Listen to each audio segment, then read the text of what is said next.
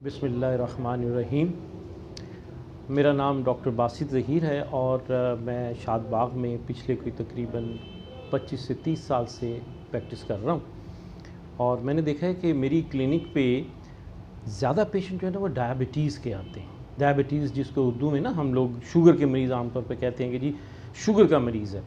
तो इस मामले में मैं थोड़ी सी आपको इन्फॉर्मेशन देना चाहता हूँ ताकि हौनो हो जाए कि ये डायबिटीज़ या ये जो शुगर के मरीज़ हैं ये किस वक्त डॉक्टर को कंसल्ट करें और किस वक्त ये ख़ुद अपने ज़ाती तौर पे अपनी शुगर को मैनेज करें।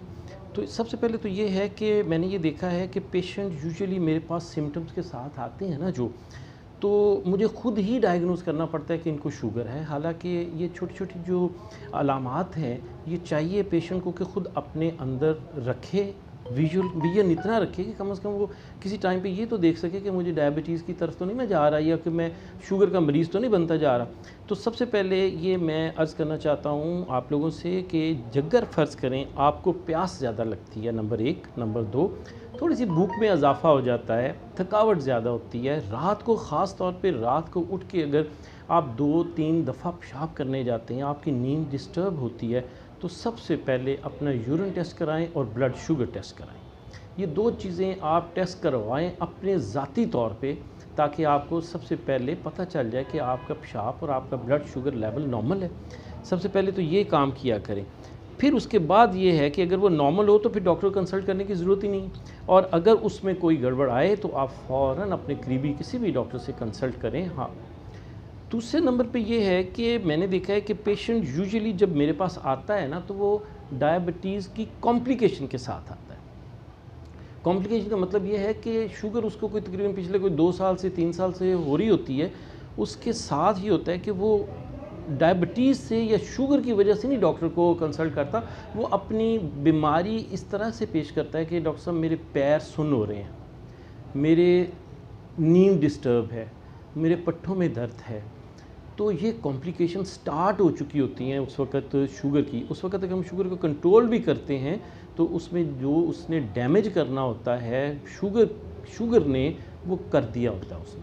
और उसके बाद फिर यही कर सकते हैं कि हम मैनेज करते रहते हैं और फिर पेशेंट को सिखाते भी हैं, बताते भी हैं, लेकिन इसके बावजूद शुगर के वो रिज़ल्ट हमें नहीं मिलते जो हमें अर्ली डायग्नोसिस में मिल जाते हैं।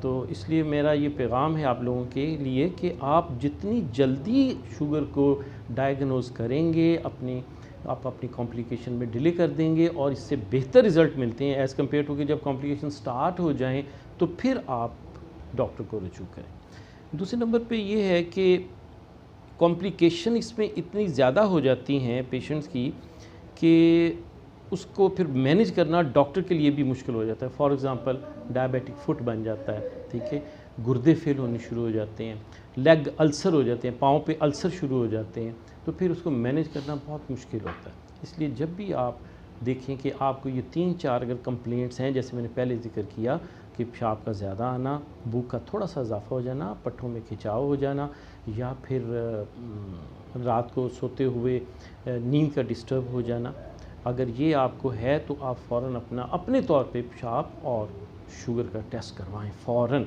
और ख़ास तौर पे जब आपकी उम्र 45 के करीब और 35 to 45 के करीब हो तो आप ज़रूर इसको चेक करवाएं। अभी मेरा ख़्याल है कि इसको ऑडिट कर लीजिएगा, ये बंद करके कुछ आ गया था बीच में। रहमानिर्रहीम, अस्सलाम वालेकुम। मैं डॉक्टर बासित ज़हीर शादबाग से। तो मैं यही बात कर रहा था, आपको बता रहा था कि डायबिटीज़ में क्या क्या कॉम्प्लिकेशंस होती हैं जो कि जिसके लिए आपको ज़रूरी है कि आप अर्ली डायग्नोसिस करें, जितनी जल्दी हो सके शुगर को पिक करें ताकि उसका इलाज बड़ा अच्छा हो सके। अगर आप इसको जल्दी पिक कर लेते हैं तो बहुत अच्छा इलाज हो जाता है, बंदा इसी तरह गुजारा करता है जैसा पूरी ज़िंदगी नॉर्मल हो जाए। आप वसीम अकरम की मिसाल ले लें, वसीम अकरम को पिछले 30 साल से शुगर है, अभी तक क्रिकेट भी खेल रहा है, अभी तक माशाल्लाह सेहतमंद है बिल्कुल। उसकी वजह क्या है कि उसने अर्ली डायग्नोज करके फ़ौरन ट्रीटमेंट स्टार्ट कर दिया था। बीच में ट्रीटमेंट के हवाले से मैं ये कहूँगा कि जब भी आप शुगर का ट्रीटमेंट शुरू करें उसको बंद ना करें।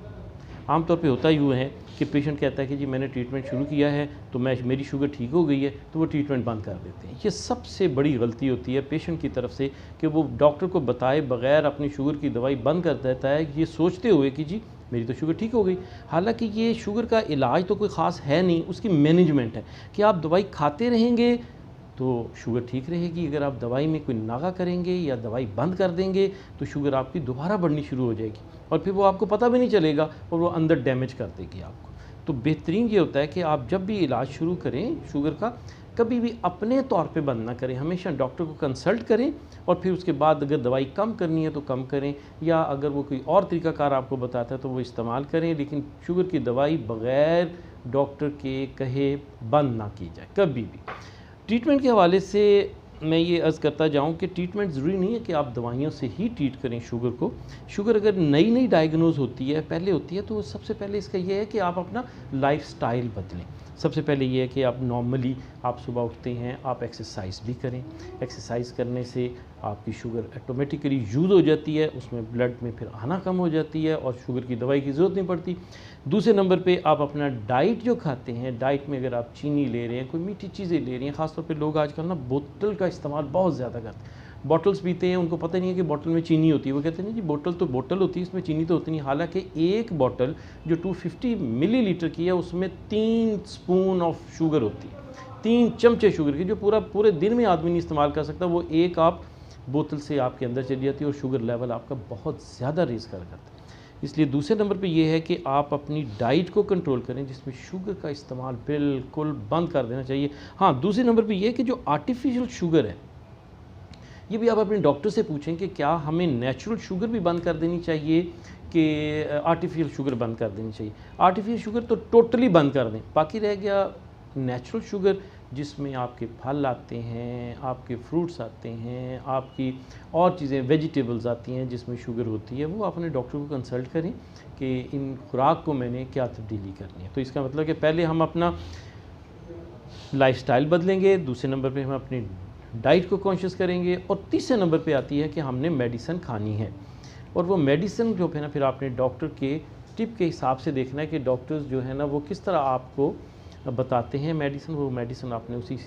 तो मैं ये ज़िक्र कर रहा था कि सबसे पहले आपने ख़ुद डायग्नोज़ करना है अपने पेशाब, अपनी कॉम्प्लिकेशन, अपने कंप्लेंट से आपने ख़ुद देखना है कि आपको अगर कंप्लेंट्स आ रही हैं, अपना यूरिन और ब्लड शुगर टेस्ट करें, डॉक्टर को कंसल्ट करें और फिर आप अपने ट्रीटमेंट में सबसे पहले अपना लाइफस्टाइल बदलें, एक्सरसाइज करें, डाइटरी जो इंस्ट्रक्शन है उस पर आप अमल करें कि क्या खाना है क्या नहीं खाना। तीसरे नंबर पे आता है कि आप लोगों ने डॉक्टर को कंसल्ट करना है ताकि आपका प्रॉपर ट्रीटमेंट और मैनेजमेंट हो सके। तो ये 3 चीज़ें आपने सबसे पहले शुरू करनी है। इंशाल्लाह इस तरह शुगर के मरीज़ ख़ुद ब खुद अपने तौर पे भी अपने आप को कंट्रोल कर सकते हैं और फिर मज़ीद मशवरे के लिए डॉक्टर से रजू भी कर सकते हैं। इंशाल्लाह दोबारा मुलाकात होती है आपसे। अल्लाह हाफ़िज़।